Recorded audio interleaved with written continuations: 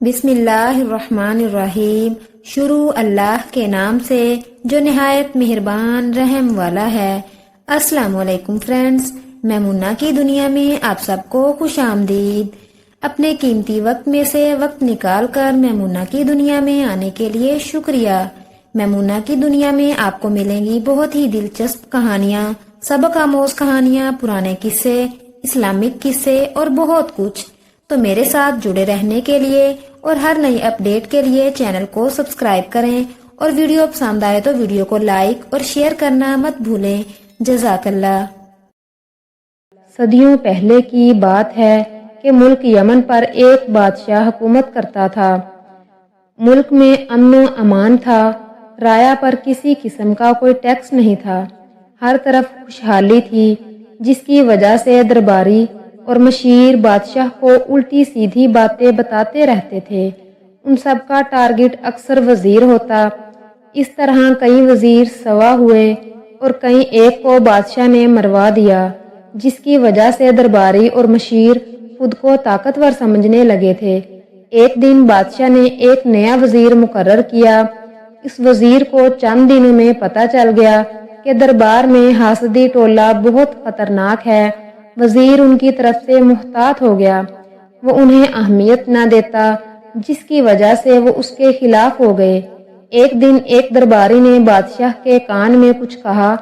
بادشاہ نے ایک بکری منگوائی اور وزیر سے کہا کہ یہ بکری لے جاؤ، اور 1 ماہ بعد اس کا وزن اتنا ہی ہونا چاہیے، اسے خوراک ہماری طرف سے دی جائے گی۔ یہ سن کر وزیر پریشان ہو گیا اور حاسدی ٹولہ بغلے بجانے لگا۔ وزیر بکری لے کر اپنے گھر گیا اور سوچ بچار کرنے لگا۔ آخر ایک ترکیب اس کے ذہن میں آ گئی، اس پر عمل کرنے لگا۔ 1 ماہ بعد بادشاہ نے بکری منگوائی، اس کا وزن کیا تو تقریباً اتنا ہی تھا جتنا کہ پہلے۔ بادشاہ اور حاسدی ٹولہ حیران رہ گیا کہ وزیر ان کے کاروبار سے بچ گیا ہے۔ بادشاہ نے حیرانگی سے پوچھا کہ اس نے کیا ترکیب کی کہ بکری کا وزن نہ بڑھا اور نہ کم ہوا۔ وزیر نے عرض کیا، عالی جاہ، اچھی خوراک کی وجہ سے اس کا موٹا ہونا فطری تھا۔ میں خوراک کے بعد اسے شیر کے سامنے باندھ دیتا تھا، جس کے خوف سے اس کا خون خشک رہتا تھا اور موٹی نہ ہوتی، اور اچھی خوراک کی وجہ سے کمزور بھی نہ ہوتی۔ بادشاہ یہ ترکیب سن کر بہت خوش ہوا، اسے انعام و اکرام سے نوازا اور حاسدوں کو ڈانٹ پلائی۔ اب حاسد اور بھی دشمن ہو گئے، وہ کسی موقع کی طاق میں تھے تاکہ وزیر سے بدلہ لیا جا سکے، اور یہ موقع انہیں جلد ہی مل گیا۔ بدقسمتی سے کچھ عرصہ بعد ملک میں سیلاب آ گیا، ہزاروں مکانات اور فصلیں تباہ ہو گئی۔ بادشاہ نے وزیر کی ڈیوٹی لگائی کہ عوام کی داد رسی کی جائے۔ وزیر نے فی کس دیناروں کے علاوہ قرضے بھی دیے۔ قرضہ دیتے وقت وہ ان کے کان میں کچھ کہتا تھا۔ حاسدوں نے پتہ لگوایا کہ وزیر کیا کہہ رہا تھا۔ کچھ سادہ لو افراد نے بتایا کہ وزیر کہہ رہا تھا کہ قرض بادشاہ کی وفات کے بعد وصول کر لے گا۔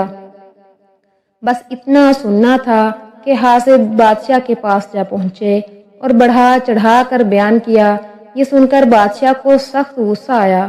اس نے فوراً وزیر کو حاضر ہونے کا حکم دیا اور کہا، میں نے ایسے سنا ہے تم میرے مرنے کا انتظار کر رہے ہو اور اس کے بعد دولت اکٹھی کرو۔ اس پر وزیر نے سر جھکاتے ہوئے کہا، عالی جاہ، آپ نے ٹھیک سنا ہے، میں نے یہی کہا ہے، مگر میری نیت یہ نہیں تھی۔ پھر تمہاری نیت کیا تھی؟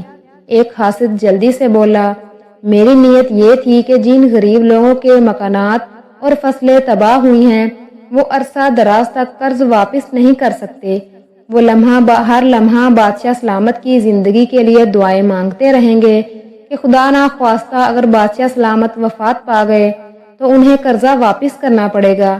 اتنا سننا تھا کہ بادشاہ بہت خوش ہوا۔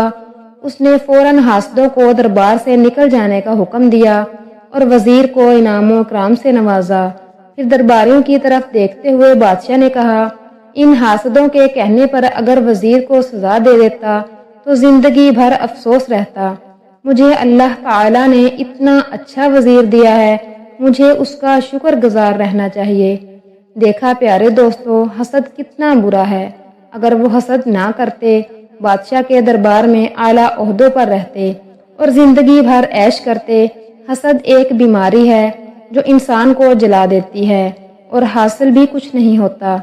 یہ بھی سچ ہے کہ حاسد اپنی ہی آگ میں جل کر راکھ ہو جاتا ہے، اس لیے ہمیں کسی سے حسد نہیں کرنا چاہیے۔